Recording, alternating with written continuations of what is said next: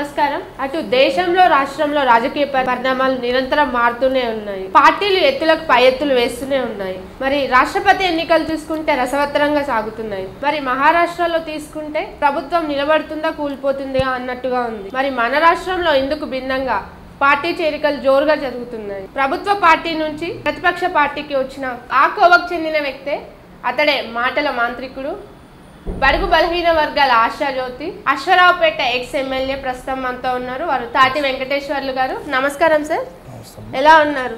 Fine.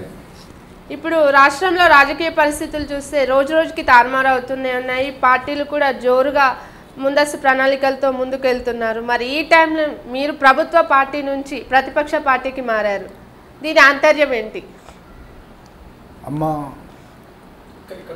Telangana రాష్ట్రం నూతనంగా మొట్టమొదటిసారి తెలంగాణ రాష్ట్రం సాధించినటువంటి సందర్భంలో మరి ఆనాడు శాసనసభ్యుడిగా వైఎస్ఆర్ పార్టీలో ఉండి పోటీ చేసి గెలవటం జరిగింది. మొదటిసారి తెలంగాణ రాష్ట్రం ఏర్పడింది. మన తెలంగాణ రాష్ట్రం ఏర్పడింది కాబట్టి ఇంకా అభివృద్ధిలో ఆనాడు ముఖ్యమంత్రిగా ప్రమాణం స్వీకారం చేసినటువంటి కేసీఆర్ గారు ఎన్నో వాగ్దానాలు చేశారు. అందులో ప్రధాన అంశం మా ప్రాంతం ఏజెన్సీ ప్రాంతం ఖమ్మం జిల్లాలో మరి ఆనాడు ఉన్నటువంటి 10 నియోజకవర్గాల్లో 7 నియోజకవర్గాలు ఎస్సీ ఎస్టీ నియోజకవర్గాలు. మరి ఆ ప్రాంతంలో చూసినట్లయితే అనేక సమస్యలు మరి ఈరోజు వరకు 75 సంవత్సరాలు అడుగుపెడుతున్నటువంటి స్వతంత్రం వచ్చి అడుగుపెడుతున్న సందర్భంలో ఇంకా వెనకబడినటువంటి ప్రాంతంగానే ఉంది.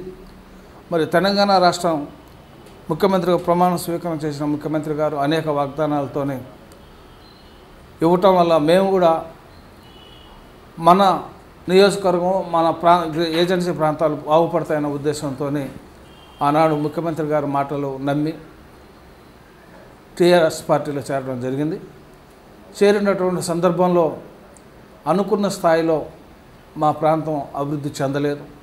అందులో నేను ఒక గిరిజన శాసనసభ్యుడిని. గిరిజనులు పడుతున్నటువంటి ఇబ్బందులు గత ప్రభుత్వాలు విస్మరించాయి. ఈరోజు 8 సంవత్సరాలు పూర్తిగా వస్తున్న తెలంగాణ ప్రభుత్వం విస్మరించింది. అందులో ప్రధానమైనటువంటి సమస్య పోడు భూమి సమస్య. మరి పోడు భూమి సమస్య మీ అందరూ ఎన్నో టీవీలలో పత్రికల్లో కథలు రాస్తున్నప్పుడు కూడా గౌరవ ముఖ్యమంత్రి గారు వాయిదా పద్ధతిలో చెప్తున్నారే తప్ప దానికి పరిష్కార మార్గం ఇంతవరకు పరిష్కరించలేదు. ముఖ్యంగా నా నియోజకవర్గంలో మా గిరిజనులు, దళిత వర్గాలు పట్టాలు లేక ప్రభుత్వం ఇచ్చేటటువంటి రైతు బీమా కానీ రైతు బంధువు కానీ ఇలాగా అనేక సమస్యలు ఉన్నాయి. అలాగే కొత్త రేషన్ కార్డులు లేవు, మరి కొత్త పెన్షన్ లేవు. ఈ రకంగా ఎన్నో సమస్యలు, నిరుద్యోగ సమస్య. ముఖ్యంగా మా గిరిజనులు చదువుకున్నటువంటి విద్యార్థులు చాలామంది ఉన్నారు. ఒక్క ఉద్యోగం కూడా వచ్చినటువంటి పాపాన తెలంగాణ ప్రభుత్వం వచ్చిన తర్వాత రాలే. మరి తెలంగాణ వస్తే బంగారు తెలంగాణ అన్నారు. నీళ్లు, నిధులు, ఉద్యోగాలు అన్నారు. నీళ్ళు ఎక్కడ వచ్చినాయి, నిధులు ఎక్కడ వచ్చినాయి, ఉద్యోగాలు ఎక్కడ వచ్చినాయో ఈ 8 సంవత్సరాల్లో నేను టీఆర్ఎస్ పార్టీ శాసనసభ్యుడిగా అందులో ఉండి వెనక తిరిగి చూసినట్లయితే మరి ఈరోజు నాకు చాలా బాధ అనిపిస్తూ ఉంది. అందులో ఎన్నిసార్లు చెప్పినా చెవిటోడు ముందు శంఖం ఊదినట్లుగానే ఆ పరిష్కారాలు కాలేదనేటటువంటి బాధతో ఈరోజు నేను మరి కాంగ్రెస్ పార్టీ గౌరవనీయులు రాహుల్ గాంధీ గారు మరి తెలంగాణలో పర్యటనలో భాగంగా వారు ఇచ్చినటువంటి మేనిఫెస్టో చాలా చక్కగా ఉంది. మరి వారు ప్రకటించినటువంటి 2 లక్షల రూపాయలు రైతు రుణమాఫీ ఎట్ ఏ టైం చేస్తానని ఇదే తెలంగాణ ప్రభుత్వం మొన్న జరిగేటటువంటి ఎన్నికల ముందు ₹1,00,000 రుణమాఫీ అన్నారు. ఇవాళ 50% కూడా చేయలే. వస్తాయో రాదో తెలియదు. ఇప్పుడు ఎన్నికలు వచ్చే మూమెంట్ ఉంది కాబట్టి మిగతాయి కూడా వేస్తూ ఉంటున్నారు. మరి ఈ రకంగా చెప్పుకుంటూ పోతే పోడు భూముల సమస్య కూడా కాంగ్రెస్ పార్టీ మొట్టమొదటి అంశంగా రేపు ప్రభుత్వం వస్తే పోడు భూమి సమస్య, పట్టాలు ఇవ్వటం పరిష్కరిస్తానని చెప్పటం మాకు చాలా ఆనందంగా ఉంది. ఒక గిరిజనుడుగా, ప్రజాప్రతినిధిగా నాకు చాలా సంతోషం అనిపించింది. కాబట్టి అధికార పార్టీలో ఉండి అవమానాలు పడి ప్రజలకు తిరస్కరించే పరిస్థితి వస్తుంది. కాబట్టి ప్రజల కోరిక మేరకు నా వెనకాల ఉన్నటువంటి కార్యకర్తలు కానీ, అభిమానులు కానీ, శ్రేయోభిలాషులు కానీ కోరిక మేరకు ఈరోజు కాంగ్రెస్ పార్టీలో చేరడానికి నేను నిర్ణయించాను. పార్టీలో నిన్ననే గౌరవ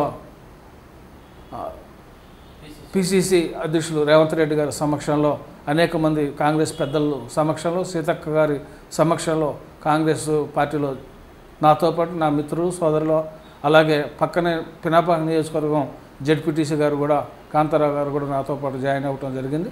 చాలా సంతోషంగా ఉంది. ఈరోజు కాంగ్రెస్ ప్రభుత్వం వస్తేనే మాకు న్యాయం జరుగుద్ది, మా గిరిజనులకు న్యాయం జరుగుద్ది అనేటటువంటి నమ్మకం నాకు కలుగుతూ ఉంది. ఇప్పుడు ఈ పోడు భూముల చట్టాల గురించి కేసీఆర్ కూడా హామీ ఇచ్చారు. మీరేమో 2 లక్షల రుణమాఫీ అంటున్నారు. మరి కాంగ్రెస్ పార్టీ తీసుకుంటే ఇప్పుడు కేంద్రంలో లేదు, కేంద్ర స్థాయిలో లేని కాంగ్రెస్ పార్టీ ఈ 2 లక్షల రుణమాఫీ చేస్తారని మీరు నమ్ముతున్నారా? ఇది ఎలా సాధ్యమవుతుంది అంటారు? నమ్మకం అనేది మనిషికి ఉండాలమ్మా.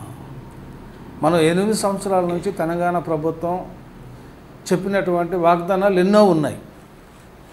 నేను ఒకటి గుర్తు చేస్తా ఉన్నా, రైతు రుణమాఫీ అన్నారు, రుణమాఫీ కాలే.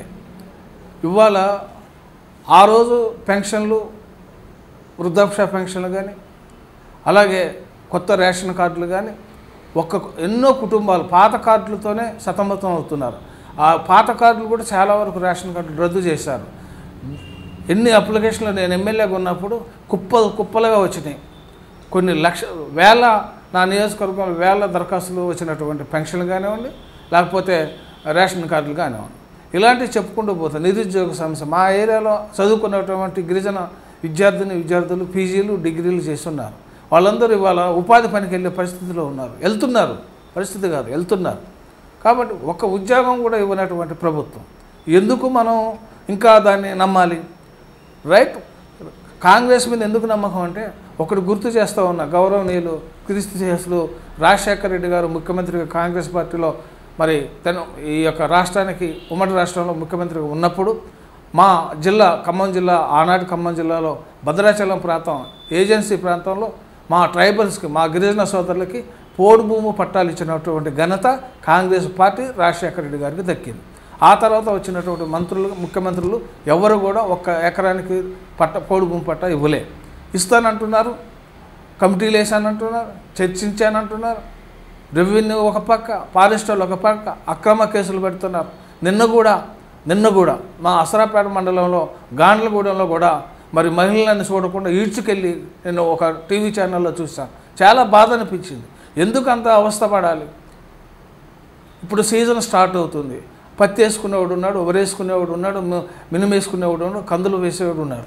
మరి పోడు భూమి చేసుకునేవాడు అడవిలో ఉండి పోడు భూములు చేసుకోకపోతే హైదరాబాద్ వచ్చి ఇక్కడ ఉన్నటువంటి అసైన్మెంట్ భూముల మీద జెండాలు పెట్టుకోవాలా? మేము అక్కడి నుంచి రావాలా? ఎక్కడ మా గిరిజనులు అడవిలో ఉంటారు, గ్రామీణ ప్రాంతాల్లో ఉంటారు, పట్టణాల్లో ఉండరు. హైదరాబాద్లో అభివృద్ధి చెందిందని అంటే ఒప్పుకుంటాం, కానీ ఫ్లైఓవర్లో, ఎయిర్పోర్ట్లో, ఇంకా ఇతరత్ర ఐటీ అని, ఈ ఐటీలు ఇవన్నీ కూడా గత ప్రభుత్వాల్లో ప్రతిపాదనలు వచ్చినాయి. అదృష్టం బాగుండి ఇవాళ హైదరాబాద్ అంటే భారతదేశంలోనే ఒక ఫేమస్ సిటీగా ఉంది, ఒక నమ్మకం ఉంది. గతంలో ప్రభుత్వాలు కూడా హైదరాబాద్ని డెవలప్ చేశారు, ఇప్పుడు చేస్తున్నారు. మేము కాదన్నట్లే, కానీ మా జిల్లా ఏజెన్సీ ప్రాంతాల్లో నష్టపోతున్నాం. ఇవాళ రైతు బంధు ఉందమ్మా, రైతు బంధు ఎవరికి ఇస్తున్నారు? ఎకరానికి 10,000 అంటున్నారు. ప్లెయిన్ ఏరియాలో వస్తున్నాయి, ఏజెన్సీలో రావట్లే. అధికారులను అడిగితే ప్రభుత్వం పట్టా ఉంటేనే ఇవ్వాలని అంటున్నారు. మరి పట్టా ఎప్పుడు వస్తుంది? తాతల ముత్తాతల నుంచి చేసుకుంటున్నారు పోడు భూమి. ఇప్పుడు కొత్తగా పోడు కొట్టింది కాదు కదా. కొత్తగా పోడు కొట్టేటప్పుడు ఫారెస్ట్ డిపార్ట్మెంట్ ఎక్కడుంది? ఆ రోజు ఉంది, ఈ రోజు కూడా ఉంది కదా. పోడు కొడుతూ ఉంటే వాళ్ళు ఏం చేశారు? ఇప్పుడు కొట్టిన పోడు భూములు కాదు కదా. కాబట్టి మేము కోరుకునేది ఏంటంటే, ఖచ్చితంగా రుణమాఫీలో విషయంలో కాంగ్రెస్ మీద మాకు ఒక నమ్మకం ఉంది. ఆనాడు రాజశేఖర రెడ్డి గారు కాంగ్రెస్ పార్టీ నుంచే మాకు ఆనాడు ప్రజలకు సహకరించారు. అలాగే ఆరోగ్యశ్రీ, 108 ఇలాంటివి చెప్పుకుంటూ పోతే ఇవాళ ఆరోగ్యశ్రీలో కూడా వైద్యాలు అందక చాలామంది పేదవాళ్ళు చనిపోతూ ఉన్నారు. ఈ రకంగా ఎన్నో నిర్లక్ష్యం చేశారు కాబట్టి కాంగ్రెస్ పార్టీ మీద ఒక నమ్మకం ప్రజల్లో ఏర్పడుతుంది కాబట్టి మాకు కాంగ్రెస్ పార్టీ దిక్కు. ఎందుకంటే మా గిరిజన ప్రాంతాల్లో మా గిరిజన గురించి ఆలోచించినట్టు పార్టీ ఏదైనా ఉందా అంటే అది గతంలో తెలుగుదేశం పార్టీ ఎన్టీ రామారావు గారు, ఆ తర్వాత కాంగ్రెస్ పార్టీయే మరి గిరిజనులకు సహకారాలు అందించింది. కాబట్టి ఖచ్చితంగా మేము కాంగ్రెస్ పార్టీనే నమ్ముతున్నాం. ఇప్పుడేమో కాంగ్రెస్ పార్టీయే దిక్కు, కాంగ్రెస్ పార్టీయే నమ్ముతున్నాం అంటున్నారు. మరి గతంలో 2018 ఎలక్షన్స్ తీసుకుంటే అప్పుడు టీడీపీ కాంగ్రెస్ పార్టీలపై ఘాటు విమర్శలు చేశారు. మరి ఇది దేనికోసం అంటారు? రాజకీయంగా పదవుల కోసమేనా అంటారా? అమ్మ, అప్పుడున్న పరిస్థితుల్లో ఎన్టీ రామారావు గారు పార్టీ పెట్టినప్పుడు రాజకీయ చైతన్యం గ్రామీణ ప్రాంతాల వరకు వచ్చింది. అంతకుముందు ఉన్నటువంటి ఇదే కాంగ్రెస్ పార్టీ లేకపోతే ఇతర పార్టీలు, అప్పుడున్న జాతీయ పార్టీలు కమ్యూనిస్టులు కానీ కాంగ్రెసే తప్ప వేరే పార్టీలు ఉండలే. అప్పటికే కాంగ్రెస్ పార్టీ దాదాపు 30-35 సంవత్సరాలు పరిపాలన సాగించినటువంటి విషయంలో కొంత నిర్లక్ష్యం వహించిందనేటటువంటి భావన ఎన్టీ రామారావు గారు పార్టీ పెట్టంగానే ₹2 కిలో బియ్యం ఇచ్చినటువంటి, జనతా వస్త్రాలు ఇచ్చినటువంటి క్రెడిట్ పేదల్లో గుండెల్లో పాతుకుపోయినటువంటి పార్టీ తెలుగుదేశం. ఆనాడు తెలుగుదేశంలో ఇలాంటి సంక్షేమాలు కిలో ₹2 బియ్యం ఇచ్చినప్పుడు మాకు ఎప్పుడు బియ్యం తినే దొరకనటువంటి గిరిజనులకి ₹2 కిలో బియ్యం ఇవ్వటం వల్ల ఆ పార్టీలో మరి గుర్తుపెట్టే విధంగా, గుండెల్లో పాతుకుపోయే విధంగా ఎన్టీ రామారావు గారు తీసుకొచ్చారు. అందుకని తెలుగుదేశం పార్టీలో ఆనాడు నేను మొట్టమొదటి ఎన్టీ రామారావు గారు నాకు 87లో మండల వ్యవస్థ వచ్చినప్పుడు ఎంపీపీగా నాకు పోటీ చేసే అవకాశం ఇచ్చారు. స్వల్ప తేడాతో ఓటమి పాలైన తెలుగుదేశంలో చురుకైన కార్యకర్తగా పనిచేస్తా. 99లో నాకు చంద్రబాబు నాయుడు గారు టికెట్ ఇచ్చారు. బూర్గంపాడు ఎమ్మెల్యేగా గెలిచాను. ఆనాడు కాంగ్రెస్ పార్టీని లేకపోతే ఇతర పార్టీలను ఓడించి తెలుగుదేశంలో చురుకైన ఎమ్మెల్యేగా పనిచేశాను. రెండోసారి కూడా టికెట్ ఇచ్చారు. మిత్రపక్షాల ఐక్యత అప్పుడు కూటమితో ఓడిపోవడం జరిగింది. మళ్ళీ నేను పునర్విభజన జరిగినప్పుడు కాన్స్టిట్యున్సీలో అసరాపేట ట్రై చేశాను. అది సిపిఎం పొత్తుల్లో ఇచ్చారు. ఆ తర్వాత నేను రాజకీయాలకు ఇబ్బంది వల్ల నేను నా రాజకీయంగా ఉన్నటువంటి జిల్లా నాయకులతో నాకు కాస్త ఇబ్బంది కలిగే విధంగా ఒక గిరిజనుడిగా మమ్మల్ని చాలా ఇబ్బందులు పెట్టారు. ఒక నాయకుడి దగ్గరికి వెళ్తే ఆయన కోపం, ఈ నాయకుడి దగ్గరికి వెళ్తే ఆ నాయకుడి కోపం. ఈ రకంగా మరి నన్ను ఇబ్బంది పెట్టారు. అది జిల్లా వాసులందరికీ తెలుసు. అక్కడ మా దగ్గర ఉన్న రాజకీయాలన్నీ కూడా ఏం జరుగుతున్నాయో తెలుసు. కాబట్టి ఆ యొక్క ఇమడలేక ఆనాడు జగనన్న గారు, శర్మిలక్క గారు నన్ను పిలిచి టికెట్ ఇచ్చారు. మరి వైసీపీలో పనిచేసాం. ఆ ఖమ్మం జిల్లాలోనే ఒక పార్లమెంటు, 3 శాసనసభ్యులు వైసీపీ నుంచి గెలవడం జరిగిన దాంట్లో మళ్ళీ మేము తిరిగి టీఆర్ఎస్ పార్టీలో చేరినటువంటి సందర్భంలో మరి ఎన్నో ఇక్కడ కూడా ఎవరైతే తెలుగుదేశం మమ్మల్ని అణగదొక్కడానికి చూసినటువంటి నాయకులు ఉన్నారో వాళ్ళు మళ్ళీ టీఆర్ఎస్లో చేరారు. నేను టీఆర్ఎస్ పార్టీ, కాంగ్రెస్ పార్టీ పోటీ చేస్తే వైసీపీ తరఫున ఎమ్మెల్యే అయ్యాం. మొన్న తెలుగుదేశం పార్టీ టీఆర్ఎస్ పార్టీలో చేరి అందరూ అసలు అవతలలోడు ఎవరికి లేరు, లీడర్లు నాయకులు లేరు, అందరూ టీఆర్ఎస్ పార్టీలో ఉన్నాం. కానీ ఎందుకు ఓడిపోయామో అర్థం కావట్లేదు. ఏదో సామెత ఉంది, రాజుగారి ఇంట్లో పాలు పోయి ఏదో అంటారు కదా, పాలు పోసారన్నట్టు. ఆ రకంగా అయిపోయింది. అందరి ముందు ఇక్కడే ఉన్నారు కానీ ఓట్లు అడ్డుపడ్డాయి. అంటే మా తప్పు లేదని ఉంటే ఇవాళ నన్ను జనం ఆదరించరు. నేను గొప్పగా చెప్పుకోవట్లేదు. ఇవాళ సర్వే ప్రకారం కానీ పాత్రికేయులు కానీ పత్రికల్లో మేము వార్తలు చూసినప్పుడు మాకు గురించి గొప్పగా రాసినప్పుడు కానీ ఇప్పటివరకు మాకు చెడు వార్తలు రాలే.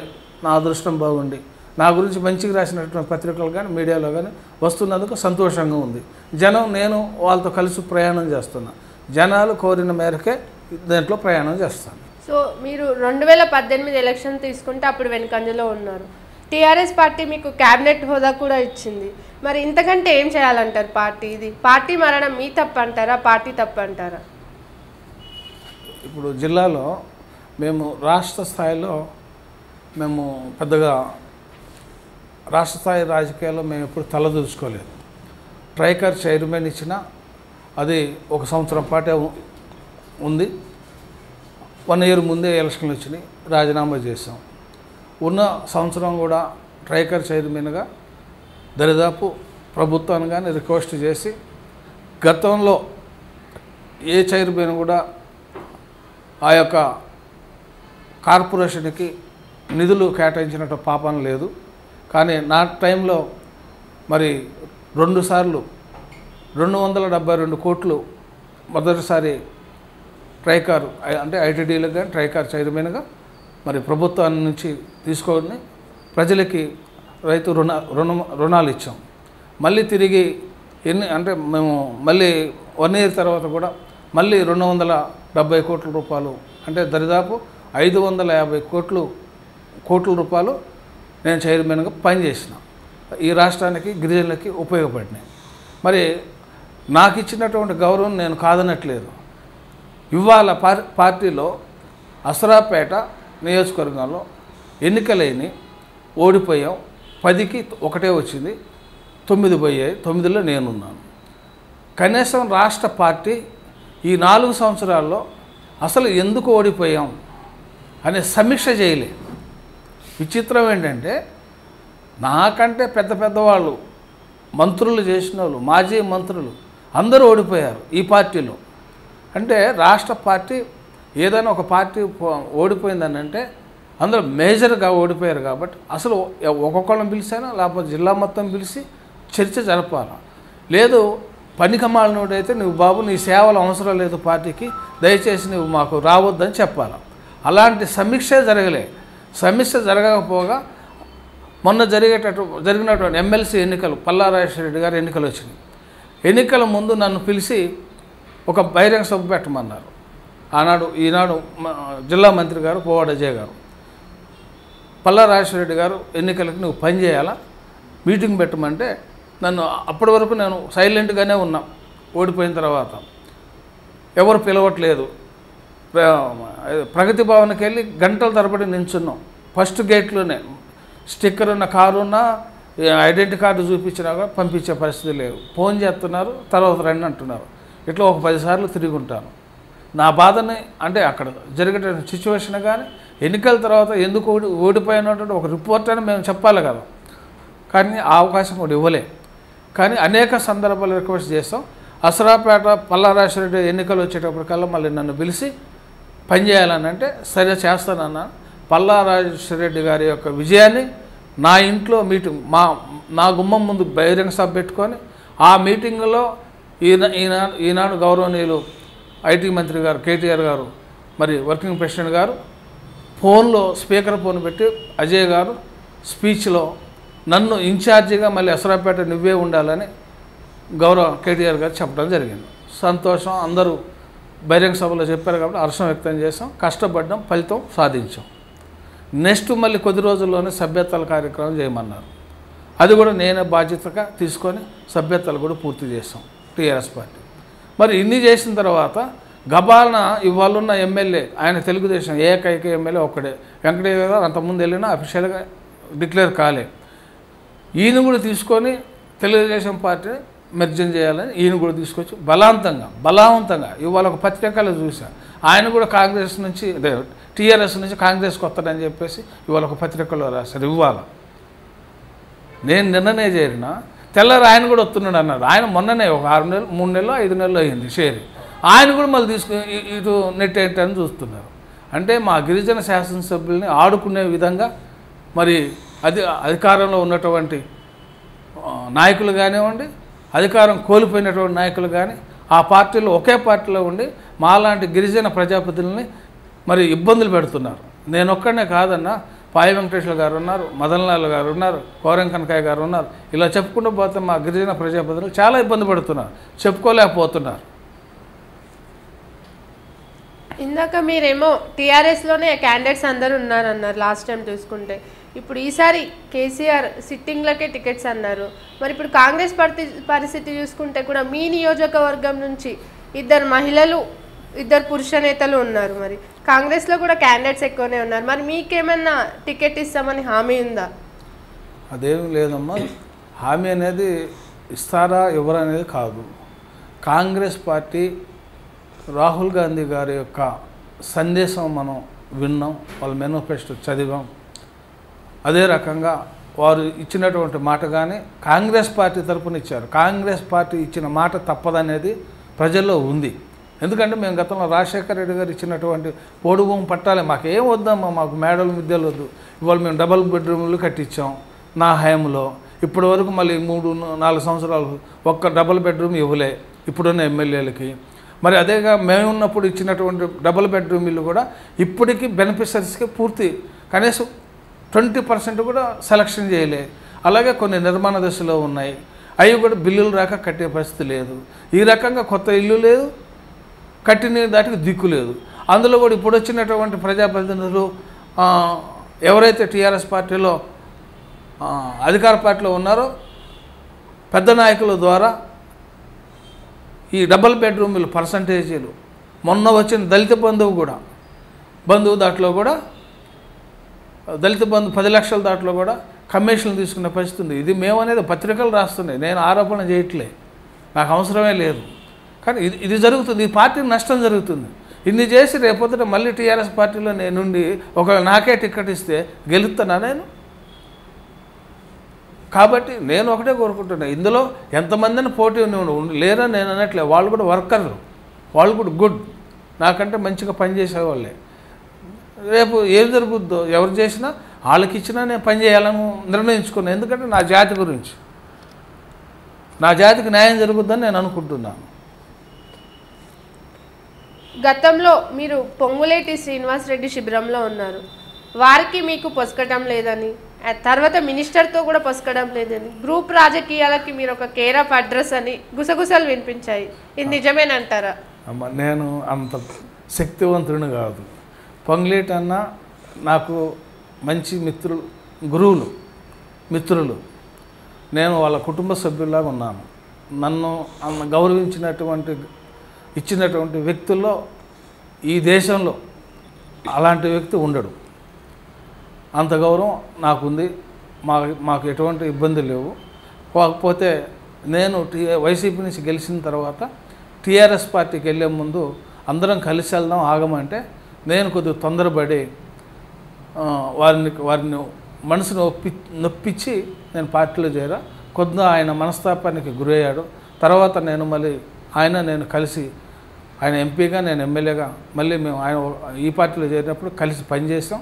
ఇప్పటికీ కూడా మంచో చెడో మన కేటీఆర్ గారు వస్తుంటే కూడా ఆయనే పిలిచాడు, తాటన్నారా కేటీఆర్ గారు మన ఇంటికి భోజనానికి వస్తున్నారు అని అంటే వెళ్ళటం జరిగింది. మేము ఎప్పుడు సన్నిహితంగానే ఉంటున్నాం, అలాంటి విభేదాలు లేవు. ఇకపోతే జిల్లా మంత్రి గారి విషయానికి వస్తే చిన్ననాటి వాళ్ళ నాన్నగారు, ఇవాళ ఉన్న పువ్వాడ అజయ్ గారు నాన్నగారు పువ్వాడ నాగేశ్వరరావు గారు నాకు రాజకీయ గురువు, మొట్టమొదటి గురువు.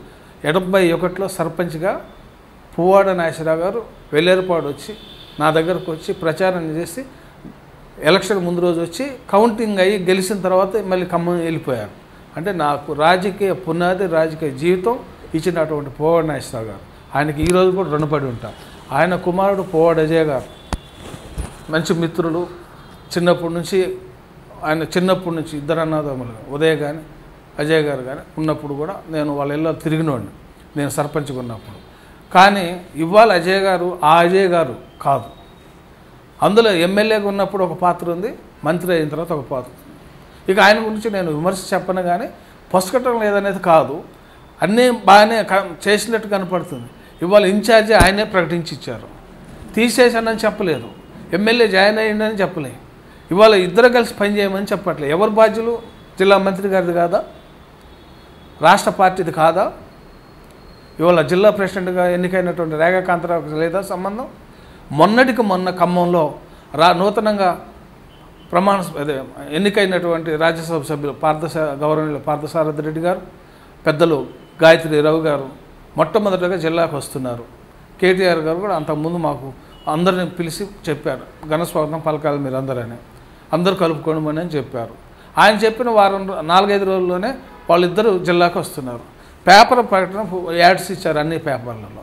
నాకంటే ఒక రకంగా నేను 2 సార్లు ఎమ్మెల్యే చేసిన, నా ఫోటో వేయలే. నాకంటే చిన్న స్థాయి కార్పొరేషన్లు కూడా ఇస్తారు ఫోటోలు, మరి నా ఫోటో ఎందుకు తిరస్కరించారు?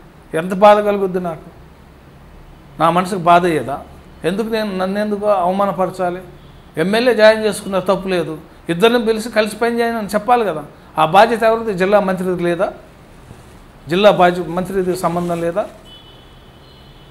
ఇటీవల నా కూతురు చనిపోయింది. మరి అపోజిషన్ గౌరవనీయులు నామానేశ్వరరావు గారు పొంగులేటి సీనన్న అయితే అందరికంటే ముందే తెలిసిన 2 గంటల్లోనే ఇంటికి వచ్చి కార్యక్రమం పూర్తయ్యేదాకా ఉన్నాడు. నామానేశ్వరరావు గారు వచ్చారు. జిల్లా మంత్రి 10 రోజుల తర్వాత వచ్చాడండి. 10 రోజుల తర్వాత ఆయన జరిగిన సంఘటన 2వ రోజో 3వ రోజో వాళ్ళ మేనల్లుడు భద్రాచలం ప్రాంతంలో ఉంటాడు, సీతారాంపురంలో. వాళ్ళ ఇంటికి ఫంక్షన్కి వెళ్ళాడు కానీ నా ఇంటి పక్క నుంచి కుయ్యి కుయ్యి అంటూ పోనీ అటెళ్ళి వచ్చేటప్పుడైనా వస్తుందేమో అనుకున్నాను. అది రాలే. అంటే మమ్మల్ని అంత చిన్న చూపు చూడటం ఎందుకు? పదవి ఇచ్చానని చెప్పేసేసి మమ్మల్ని అవమానపరచటం ఎందుకు? అది వారికి ఉన్నటువంటి మాకు అంతకన్నా ఎక్కువ విభేదాలు ఏమి లేవమ్మా. సముచితమైన గౌరవం లేనప్పుడు నేను మన మనసును చంపుకొని ఉండలేను. ఇటీవల మీ కూతురు చనిపోయిన అన్నారు, మరి ఇది చాలా బాధాకరమైన విషయం. మరి ఈ సంఘటన నుంచి కోలుకున్నారా మరి మీరు ఇప్పుడు? అమ్మ, నా తల్లి నా ప్రాణం. నేను ఈ 3 నెలల నుంచి చాలా మానసికంగా బాధపడుతున్నా. చెప్పుకోలేనట్టు బాధ ఉంది. కానీ చాలామంది మిత్రులు నేను 2 months అసలు బయటికి రాలే. ఈ 1 month లోపల నుంచే బయటకు వస్తున్నా. ఎన్నో ఫంక్షన్లు జరుగుతూ ఉంటాయి. నాకంటూ కాన్స్టిట్యున్సీలో ఏ ఫంక్షన్ జరిగినా అది మంచి అయినా చెడు అయినా ఏ పార్టీ వాళ్ళైనా సరే నన్ను పిలవని వాళ్ళు అంటూ లేరు. ఇవాళ మీరు పేపర్లలో కొన్ని పేపర్లో వస్తుంటే గ్రూపుల్లో అయితే ఇప్పుడు గ్రూపులు సెల్ ఫోన్లు వచ్చినాయి కాబట్టి నా యొక్క టైం టేబుల్ నేను తిరిగేదాన్ని చూస్తూ ఉన్నారు.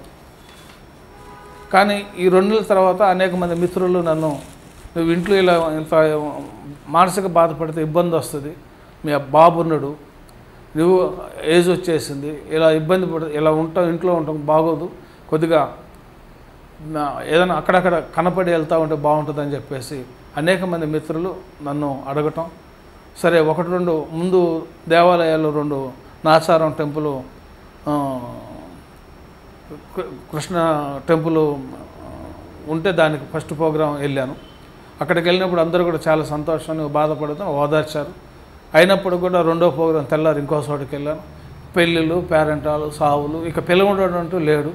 ఇక ప్రతిరోజు ఒకసారి కనబెట్టేప్పటికల్లా అందరూ వచ్చి మీరు రావాలి, తప్పనిసరిగా రావాలని వాళ్ళ అభిమానంతో పిలిచినా నా బాధ ఉన్నా కడుపులో ఎంత బాధ ఉందో మేము మాటల్లో చెప్పలేను. నా తల్లిని ప్రతిరోజు తలుచుకుంటా, నా తల్లిని చూస్తా రోజు. కానీ భగవంతుడు నాకు అదొక శిక్ష ఇచ్చాడు. అయినా కూడా ఇంత బాధల్లో ఉన్నా కూడా రాష్ట్ర పార్టీ కానీ కనీసం ప్రభుత్వం నుంచి నేను రమ్మనలేదు. రాష్ట్ర పార్టీగా ఉన్నటువంటి రాష్ట్ర అధ్యక్షులు గారు కానీ వర్కింగ్ ప్రెసిడెంట్ గారు కానీ ఫోన్ కూడా చేయలేదు. పల్లా రాజేశ్వరరెడ్డి గారిని గెలిపించాం, ఆయన ఫోన్ చేయలే. తాతామధు గారిని గెలిపించినాం, ఆయన ఫోన్ చేయలే. అపోజిషన్ పార్టీ వాళ్ళు షర్మిలక్క గారు వచ్చారు, పాదయాత్రలో వెళ్తా ఆమెకి మాకు ఒక 150-200 మీటర్ల దూరంలో ఉంటుంది మా ఇల్లు. ఆమె పాదయాత్ర చేసే రోడ్లో తెలుసుకొని నా ఇంటికి వచ్చి అరగంట కూర్చొని వెళ్ళారు. తర్వాత 2వ రోజో 3వ రోజో ప్రవీణ్ కుమార్ గారు కూడా ఆ రూట్లోనే ప్రయాణంలో మా ఇంటికి వచ్చి ఆయన కూడా ఒక అరగంట కూర్చొని పరామర్శించి వెళ్ళారు. సిపిఎం పార్టీ తమ్మినేని వీరభద్రం గారు జిల్లా యంత్రాంగం మొత్తం కూడా మా ఇంటికి వచ్చి ఒక అరగంట కూర్చొని వెళ్ళారు. ఇంతమంది ఇక మిగతా అందరూ చాలామంది రానోడు అంటూ లేడు.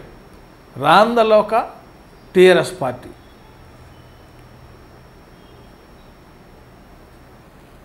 మరి మీ నియోజకవర్గం గురించి తీసుకుంటే గతంలో మీరు డిగ్రీ కళాశాల ఏర్పాటు చేశారని హామీ ఇచ్చారు, మరి అది ఎంతవరకు వచ్చిందంటారు ఇప్పటికి? లేదు మేడం, డిగ్రీ కాలేజీ తీసుకొచ్చాను నేను. తీసుకొచ్చారా? ఇప్పుడు నా టైంలో సదుపాయాలు అలాంటివి బ్రహ్మాండంగా ఉన్నాయి మేడం. కొత్త బిల్డింగ్ కూడా కడుతున్నారు ఆల్రెడీగా. నేను మీకు దానికి కూడా డిగ్రీ కాలేజీ కూడా రాజకీయంగా ఆ రోజు ఇతనికి డిగ్రీ కాలేజీ ఇస్తే క్రెడిట్ దక్కుద్దని కూడా దాన్ని నేను ట్రైకార్ చైర్మన్గా ఉన్నా. నా సమక్షంలోనే కమిషనర్ కానీ ఎండి కానీ కూర్చొని మేము డిసైడ్ చేసినాం. రాష్ట్రం మొత్తం మీద 23 కాలేజీలు ఇవ్వడానికి తీర్మానం ట్రైకార్ చైర్మన్గా తీర్మానం పెట్టి చేసాం. లిస్టు పంపించాం సీఎం గారి దగ్గరికి. పంపిస్తే 22 కాలేజీలే వచ్చినాయి అని చెప్పేసి నైటు 12:30కి ఒక మెసేజ్ వచ్చింది, అంటే కాలేజీల శాంక్షన్ మెసేజ్ వచ్చింది. వస్తే దాంట్లో చూస్తే అసరాపేట లేదు, మిగతాయి ఉన్నాయి. ఎమ్మడే నేను కమిషనర్కి ఫోన్ చేసిన, నైటు ఫోన్ చేస్తే లిఫ్ట్ చేశారు. ఏంటి తాటి గారు? ఏం సార్ నా కాలేజీ లేదు, అన్నీ వచ్చినాయి, 22 ఉంది నాకు వచ్చిన మెసేజ్ అని చెప్పిన. లేదు అన్నాడు. లేదు సార్ చూడండి అని చెప్పేసానంటే ఆయన చూసి లైన్లోనే ఉండి చూసి ఎక్కడ మిస్ అయింది, అదేంటి సార్ ఎక్కడ మిస్, మీరు ఎట్లా అంటే ఫైల్ తీసుకెళ్ళింది మీరు అని చెప్పేసి అప్పుడు గట్టిగా మాట్లాడేసి ఆయన సలహా ఇచ్చాడు, పొద్దుట సీఎం గారి దగ్గరికి వెళ్ళండి అని కమిషనర్ గారు చెప్తే వెంటనే నేను ఎర్లీగా 7 గంటలకే నేను ప్రగతి భవన్ దగ్గరికి వెళ్ళి కూర్చొని 9కి 9:15 సీఎం గారు వస్తే గేట్ దగ్గర నిల్చొని నమస్కారం పెట్టి, ఏ వెంకటేశ్వర గారు ఏంటంటే సార్ మీకు దండం పెడతా మీ పాదాలకి అని చెప్పి దండం పెడితే ఏంటి బాధ అని. నేను నా సమక్షంలో నిన్న 23 కాలేజీలు మీరు పర్మిషన్కి పంపించాను సార్, నా కాలేజీ లేకుండా 22 శాంక్షన్ అయినాయి అన్నాడు. దాన్ని ఏమో తీసుకొని చెప్పి వెంటనే జీవో ఇచ్చాడు, లోన్ ఆఫీస్లోకి వెళ్ళటమే ఇచ్చాడు. అది ఈరోజు నేను తీసుకొచ్చాను. అలాగే జూనియర్ కళాశాలలు తీసుకొచ్చాను, అనేక టెంపుల్లు తీసుకొచ్చాను, దేవాలయాలు తీసుకొచ్చాను. కానీ ఎన్ని చేసినా కూడా పార్టీ మా జిల్లాలో ఐక్యత భావం లేదు. మా గిరిజన శాసనసభ్యులు నలిగిపోతున్నాం, నలిగే దాంట్లో ఫస్ట్ టార్గెట్ నేనే ఉన్నా. కాబట్టి నేను ఇమ్మడలేకపోతున్నా, ఇమ్మడలేకనే ఈరోజు బయటకు వచ్చాను. మరి మీ నియోజకవర్గంలో ఆయిల్ కంపెనీ తీసుకుంటే స్థానికేతరులకే ఎక్కువ అవకాశాలు కల్పించారు ఉద్యోగాల పరంగా, లోకల్ వాళ్ళకి ఛాన్స్ ఇవ్వలేదని స్థానికులు మీ మీద ఆగ్రహంగా ఉన్నారని తెలిసింది. మరి దీన్ని ఎలా ఛేదిస్తారు? వాస్తవేనమ్మా, మీరు అన్న దాంట్లో ఆయిల్ ఫామ్ ఫ్యాక్టరీ కూడా నేనే నా టైంలోనే ఆయిల్ ఫ్యాక్టరీ తీసుకురావడం జరిగింది. ప్రభుత్వం ఇచ్చింది, మిగతా సెంట్రల్ గవర్నమెంట్ ఇచ్చింది. నేను నా టైంలోనే శంకుస్థాపన, నా టైంలోనే ప్రారంభోత్సవం చేసుకున్నాం. ఈరోజు రైతులందరూ కూడా సంతోషంగా ఉన్నారు. మరి అక్కడ ఉన్నటువంటి పరిస్థితుల్లో మొట్టమొదటగా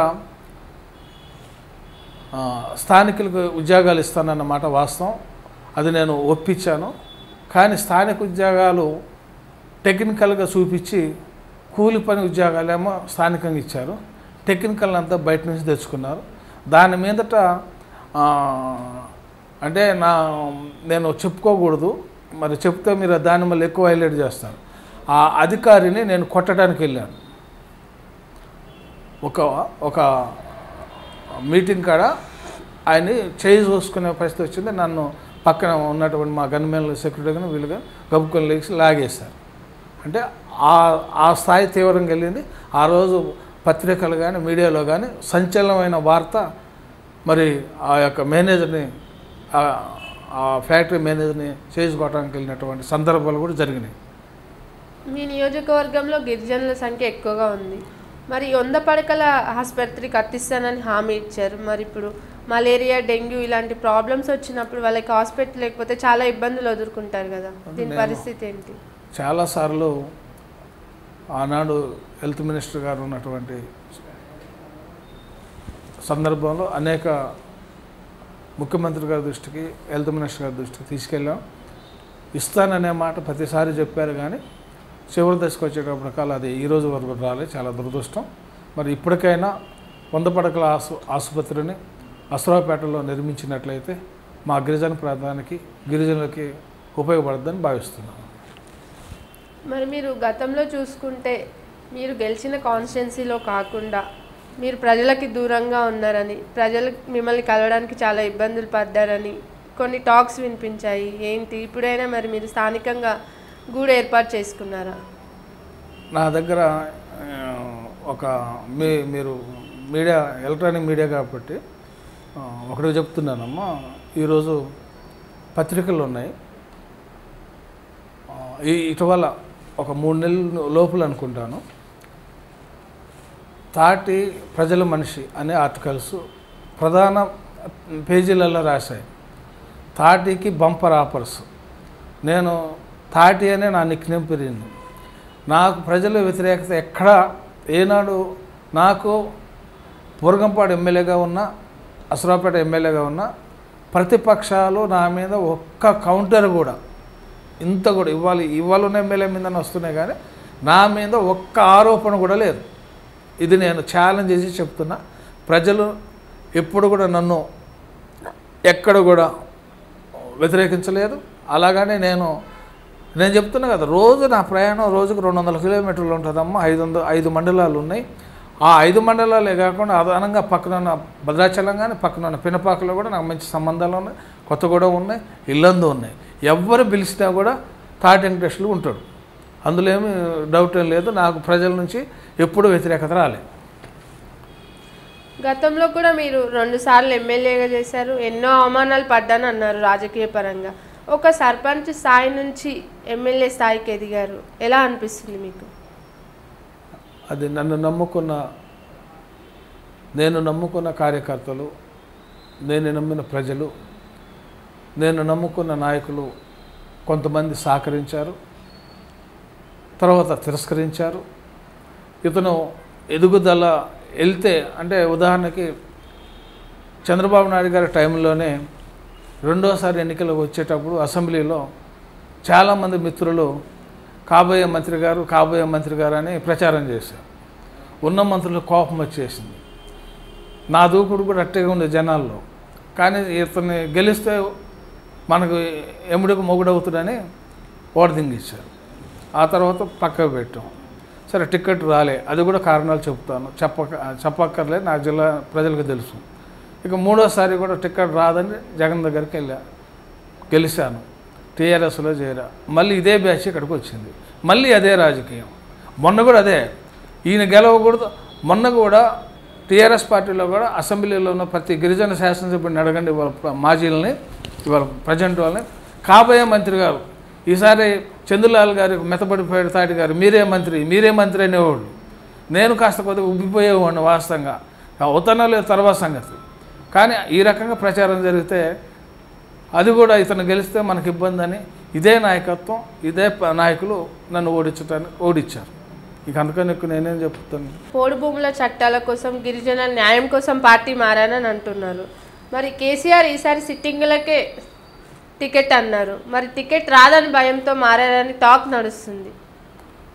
నేను మొదటి నుంచి కూడా టీఆర్ఎస్ శాసనసభ పక్ష మీటింగ్ పెట్టినప్పుడు కూడా, ఎమ్మెల్యేగా ఉన్నప్పుడు కూడా పోడు భూమి సమస్య ఒకే ఎజెండా పెట్టుకుని పోడు భూమి సమస్య ఖచ్చితంగా చేయాలని అంటే ముఖ్యమంత్రి గారు బహిరంగ సభలో కూడా ఖమ్మంలో చెప్పారు. ఖమ్మం మీటింగ్లో కూడా నేను దరఖాస్తు ఇస్తే ఆ దరఖాస్తు సమాధానం పోడు భూమి పట్టాలు ఇచ్చేది మనమే, కొద్ది రోజుల్లోనే ప్రతి నియోజకవర్గంలో ఒక నైట్ హాల్ట్ చేసి లేదా ప్రతి జిల్లాలో 2 రోజులైనా 3 రోజులైనా బస చేసి పోడు భూమి సమస్య తీరుస్తానని చెప్పారు. మరి చెప్పినటువంటి ముఖ్యమంత్రి గారు ఎక్కడైనా బస చేశారో నాకు తెలియదు. ఫామ్ హౌస్, ప్రగతి భవన్ తప్పితే మిగతా జిల్లాలో, ఏజెన్సీ జిల్లాలో బస చేసినటువంటి దాఖలు అయితే లేదని, తెలియకుండా వచ్చారో నాకు తెలియదు. కాబట్టి నా సమస్య పోడు భూమి సమస్య.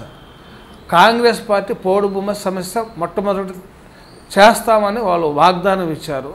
కాంగ్రెస్ పార్టీ చేసినటువంటి చరిత్ర రాజశేఖర రెడ్డి గారి టైంలో పోడు భూమి పట్టాలు ఇచ్చినాడు చరిత్ర కాంగ్రెస్ది. కాబట్టి నేను కాంగ్రెస్ పార్టీని నమ్ముతున్నాను. టికెట్ గురించి ఆశపడట్లే. కాంగ్రెస్ పార్టీ పోడు భూమి పట్టాలు ఇస్తానంటుంది, కొత్త పెన్షన్లు ఇస్తానంటుంది, కొత్త రేషన్ కార్డులు ఇస్తానంటుంది, రుణమాఫీ 2 లక్షలు ఎట్ ఏ టైం చేస్తానంటుంది, నిరుద్యోగ సమస్య తీరుస్తానంటుంది. ఇంకా అనేక విషయాలు ఉన్నాయి. వారి గురించి చెప్పాలంటే మేనిఫెస్టోలో మీ అందరికీ తెలుసు. వాటిని నమ్ముకొని పార్టీలోకి వెళ్తున్నాం. ఆయన వస్తే నాకు రాదా? అసలు ఇంకో విషయం ఏంటంటే, ఇప్పుడున్న ఎమ్మెల్యే గారికి గ్రూపులో వస్తూ ఉండే మెసేజ్లు, రకరకాల మెసేజ్లు కంపెనీలు పెడుతున్నారు. మెచ్చా నాగేశ్వరరావు గారు పర్సంటేజ్ లేదు అని చెప్తాను. నేను అనకూడదండి, నేను అనేది కాదు, గ్రూపులో వస్తుంది, సర్వేలో వస్తుంది. పీకే సర్వేలో పీకే గారు కూడా సర్వే, మా పీకే ఎవరు ఇంకొకరు ఎవరు మాకు తెలియదు. కానీ మేము ఎక్కడో మేము హైదరాబాద్లో కూడా వచ్చి ఉండేవన్నాం. మాకు నేను హైదరాబాద్ వస్తే ఇక్కడ వచ్చి మా వాళ్ళు గనిమేళ మేము పిల్లగాలు తుడుచుకొని శుభ్రం తుడుచుకొని స్ప్రేయింగ్ చేసి మేము పడుకుంటాం. 1 నైట్ 2 నైట్లు, మళ్ళీ జావ్ అంతే తప్ప హైదరాబాద్లో ఉండి సినిమాలు శిఖర్లకి లగ్జరీ షాంపూ కామలు అట్లాంటివి మాకు అలవాటు లేవు. మీరు పొంగులేటి శ్రీనివాసరెడ్డి అనుచరుగా ఉన్నారు, మీరేమో మిత్రుడని అన్నారు ఇందాక, పొసగడం లేదంటే. మరి ఇప్పుడు వారే టీఆర్ఎస్లో ఉంటే మీకు టికెట్ రాదు, మరి కాంగ్రెస్కి వెళ్తే వస్తుంది అని అనుకోవచ్చా? వారే పంపారని అనుకోవచ్చా? అలాంటిదేం లేదమ్మా. నా నియోజకవర్గం ప్రజలకి నా నడవడికడ అంతా తెలుసు, నా పద్ధతి తెలుసు. జిల్లాలో తాటి వెంకటేశ్వర్లు అంటే ఏంటో తెలుసు. నా నిర్ణయాలు ఎవరికి ఇబ్బంది కలిగినా కూడా నా నిర్ణయాలు ప్రజల తరపునే, ప్రజల నిర్ణయం నా నిర్ణయం. సీనన్న పంపించిండా, సీనన్న పంపించాల్సిన అవసరం లేదు. నన్ను వదులుకోవడానికి ఆయనకి ఇష్టం లేదు. ఒక రకంగా చెప్పాలంటే సీనన్నకి తెలిస్తే ఎక్కడ నాకు ఫోన్ చేస్తాడని చెప్పేసి ఫోన్ మోగితే సీనన్న ఫోన్ చేస్తే ఎక్కడ నేను ఏం చెప్పాలో అర్థం కాలే. నా అదృష్టం బాగుండి ఈరోజు వరకు చేయలేదు. ఆయన చేస్తే ఏం జరుగుతుందో నాకు ఇబ్బందిగానే ఉండేది, ఆయన మాట కాదంటానికి ఇబ్బందిగానే ఉండేది. అలాంటి ఆలోచన నాకు, అలాంటి సలహాలు ఎప్పుడు ఆయన చెప్పలేదు. ఆయన కూడా చూస్తున్నాం, ఆయన రాజకీయంలో కూడా పాపం ఆయనకి మేమందరం కూడా, ఆయన వైసీపీ తెలంగాణ రాష్ట్ర అధ్యక్షులుగా ఉండి పార్టీలో జాయిన్ అయ్యాడు, పార్లమెంట్ సభ్యుడిగా జాయిన్ అయితే ఇవాళ ఆయనకు టికెట్ ఇవ్వకపోవటం ఎంత బాధాకరం అండి. మేమంతా ఒక టీం పని చేసినాం, తెలంగాణ పార్టీకి వ్యతిరేకంగా పోటీ చేసి గెలిచిన వ్యక్తులు, మాకెంత గౌరవం ఇవ్వాలి? అతని మీద అలాంటి ఆబండాలు కరెక్ట్ కాదని నేను భావిస్తున్నాను. అశ్వరావుపేట నియోజకవర్గం ఏర్పడినప్పటి నుంచి చూసుకుంటే, గతంలో మీరు ఎమ్మెల్యేగా ఉన్నప్పుడు ఇప్పుడు కానివ్వండి, ప్రతిసారి ప్రతిపక్షానికే ప్రజలు పట్టం కడుతున్నారు. మరి ఎందుకంటారు? దీనికి కారణాలు ఏమై ఉండొచ్చు? మీరు అన్నది కరెక్టేనమ్మా. ప్రజలు ఒక్కొక్కసారి అంతకుముందు ఇప్పుడు అసరాపేట నియోజకవర్గం, అంతకుముందు సత్తుపల్లి ఉండేది. సత్తుపల్లి ఉన్నప్పుడు కూడా ఒకసారి తెలుగుదేశం, ఒకసారి కాంగ్రెస్, ఒకసారి తెలుగుదేశం, ఒకసారి కాంగ్రెస్. అదేవిధంగా అసరాపేట నియోజకవర్గం అయిన తర్వాత మొట్టమొదటిసారిగా కాంగ్రెస్ గెలిచింది, మిత్రసేన గారు మా సోదరుడు, అప్పుడు అధికార పక్షమే. తర్వాత నేను మళ్ళీ రెండవసారి అసరాపేట నియోజకవర్గంలో పోటీ చేసినప్పుడు నేను వైసీపీ నుంచి గెలిచాను, అప్పుడు ప్రతిపక్షమైంది. మళ్ళీ తిరిగి మొన్న జరిగిన ఎన్నికల్లో తెలుగుదేశం గెలిచింది, అదొక ప్రతిపక్షమైంది. అంటే అక్కడ ప్రజలు 3 పార్టీలను చూశారు, కాంగ్రెస్ని చూశారు, వైసీపీని చూశారు, తెలుగుదేశం చూశారు. ఇప్పుడు తెలుగుదేశం లేదు, అంతా టీఆర్ఎస్ మయం అయింది. ఇప్పుడు మళ్ళీ ఖచ్చితంగా మళ్ళీ మొదటి స్థానానికి వస్తారు. మొదట ఎవరైతే గెలిచారో మళ్ళీ కాంగ్రెస్ పార్టీని గెలిపించుకోవడానికి అక్కడ ప్రజలు మంచి ఉత్తేజంతో ఉన్నారు. సో కాంగ్రెస్ పార్టీ స్వర్గీయ నాయకులు మిత్రసేన ఇప్పుడు ఆయన లేరు, మరి ఆయన లేని లోటు వాళ్ళ అభిమానులకైతే అలానే ఉంటుంది. మరి వారిని కూడా మీరు కలుపుకొని ముందుకు వెళ్తారంటారా? యాక్చువల్గా మిత్రసేన గారు, మేము అలాగే ఇప్పుడున్న ఎమ్మెల్యే గారు కూడా మేమంతా దగ్గర బంధువులమే. రాజకీయంగా మా కులంలో అంత కక్షలు ఉండవు. మిత్రసేన గారు ఎమ్మెల్యే ఉన్నా కూడా మాకు వాళ్ళకి మంచి సంబంధాలు రావకపోకలు ఉంటాయి. అలాగే ఇవాళ ఎమ్మెల్యే గారు కూడా మాకు మంచి బంధువులు, మేమంతా కలిసే తిరుగుతాం, కలిసే పనిచేస్తాం. ఈ రోజు వరకు కూడా ఇవాళ ఎమ్మెల్యేతో మాకు ఎటువంటి ఇబ్బందులు లేవు. ఆయన నన్ను కామెంట్ చేయటం కానీ నేను ఆయన కామెంట్ చేయటం ఆ దశకు రాలే, ఇప్పటివరకు ఆ పరిస్థితులు రాలే. ఇప్పుడు నేను కాంగ్రెస్కి వెళ్ళినా కూడా కాంగ్రెస్ నాయకులతో నాకు ఈరోజు ఆదరించేటప్పుడు ఇవాళ నేను రాత్రి నుంచి నిద్రపోలే. 2 ఫోన్లు కూడా అసలు ఖాళీ లేకుండా 2:30 వరకు, ఆఖరికి స్విచ్ బంద్ చేసి, స్విచ్ బంద్ ఒక సెల్ అయిపోయింది, ఇంకోటి దగ్గరకు వచ్చింది, ఇక కుదరదని చెప్పి అది దాన్ని కూడా బంద్ చేసేసి ఛార్జింగ్ పెట్టి పడుకున్నా. మళ్ళీ 5ంటికి ఓపెన్ చేస్తే కుప్పలు తెప్పలు ఉన్నాయి మిస్సైడ్ కాల్, అందరికీ సమాధానాలు చెప్పుకుంటూ ఉన్నా. కాబట్టి ఖచ్చితంగా అందరం కలిసే పనిచేస్తాం. కాంగ్రెస్లో ఉన్నటువంటి సీనియర్లు కానీ, ఇవాళ ఉన్న గౌరవనీయులు పెద్దలు బట్టి విక్రమార్క గారు కానీ, మాజీ పార్లమెంట్ సభ్యురాలు మా అక్కగారు రేణుకా చౌదరి గారిని కూడా కలిసి వారి యొక్క ఆశీస్సులు కూడా నేను తీసుకోవడానికి ప్రయత్నం చేస్తున్నా. వాళ్ళందరితో కలిసి పనిచేస్తా. ఫలితాలు ఎలా ఉన్నా ఖచ్చితంగా ఉభయ జిల్లాలో 10 నియోజకవర్గాల్లో కూడా రేపు కాంగ్రెస్ పార్టీ గెలుస్తుందనేటటువంటి నమ్మకం, విశ్వాసం గట్టిగా ప్రజల్లో ఉంది. ఆ ప్రజల్లో ఉన్నటువంటి నమ్మకాన్ని ఒమ్ము చేయకుండా మేము పనిచేస్తాం. ఇప్పుడు బీజేపీ పార్టీ చూసుకుంటే ఒక గిరిజన మహిళని రాష్ట్రపతి అభ్యర్థిగా నిలబెట్టింది. సో ఒక గిరిజన నాయకుడిగా, అంటే పార్టీ వైర్యాలను పక్కన పెట్టి మీరు ఎలా స్పందిస్తారు? చాలా సంతోషం అమ్మ. ఇవాళ భారతదేశంలో ఒక మంచి చరిత్ర ఉంది. ఇవాళ మన భారతదేశం చరిత్ర రాజ్యాంగం రాయించినటువంటి డాక్టర్ అంబేద్కర్ గారు దళిత వర్గం. చాలా గర్వపడుతున్నాం. ఇవాళ ఆయన యొక్క ఆశయాలు నెరవేర్చడానికి అన్ని ప్రభుత్వాలు కృషి చేస్తున్నాయి. అదేవిధంగా ఈనాడు బీజేపీ పార్టీ అతిరథ మహారథులను కాదని ఒక ఎస్టీ మహిళ మరి ద్రౌపది ముమ్రా గారిని రాష్ట్రపతిగా నియమించడం చాలా హర్షించదగ్గ విషయం. ముఖ్యంగా నేను ప్రత్యేకంగా వారికి వ్యక్తిగతంగా వారికి శుభాకాంక్షలు తెలియజేస్తా ఉన్నా. ఖచ్చితంగా నాకు సమయం తీసుకోవడానికి రాష్ట్రపతిగా ఎన్నికైన తర్వాత ఏదో ఒక రోజు వెళ్ళి అసరాపేట నియోజకవర్గం ఎస్టీల తరఫున నేను కొంతమంది ఎస్టీలు తీసుకొని వెళ్ళి ఢిల్లీ వెళ్ళి వారిని కలిసి అభినందించి వస్తాను. ఆ ఆలోచన నాకుంది. సో మీరు ఇప్పుడు ప్రభుత్వ పార్టీ నుంచి ప్రతిపక్ష పార్టీకి వచ్చారు. సో రాష్ట్రంలో రాజకీయ వేడి కూడా మొదలైంది. మరి దీన్ని ఉద్దేశించి మీ నియోజకవర్గ ప్రజలకు ఏం చెప్తారు? నేను ప్రజల సేవ చేయడానికి ఎప్పుడు కూడా ఎల్లవేళలు పనిచేస్తున్నానమ్మ. ఎల్లప్పుడూ కూడా ప్రజల్లో ఉంటున్నాను. ప్రజలు నా గురించి కోరుకుంటున్నారని నేనైతే అనుకుంటున్నాను.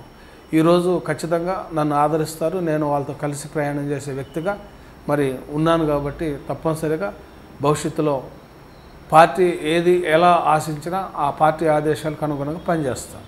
Thank you sir. ఓకే అమ్మా, చాలా సంతోషం. మీ టీంకి మీ ఛానల్ వారికి నా హృదయపూర్వకంగా నమస్కారం. పదవులను అధిరోహించాలని మా వీత్రి తరఫున మేము కోరుకుంటున్నాము. థ్యాంక్ యూ అమ్మా, thank you very much. So తెలుసుకున్నాం కదా ఒక ప్రభుత్వ పార్టీ నుంచి ప్రతిపక్ష పార్టీకి వెళ్ళిన నాయకుని మనోగతం గురించి. మరి మరో గెస్ట్తో మళ్ళీ కలుద్దాం. చూస్తున్నానండి వీత్రి న్యూస్.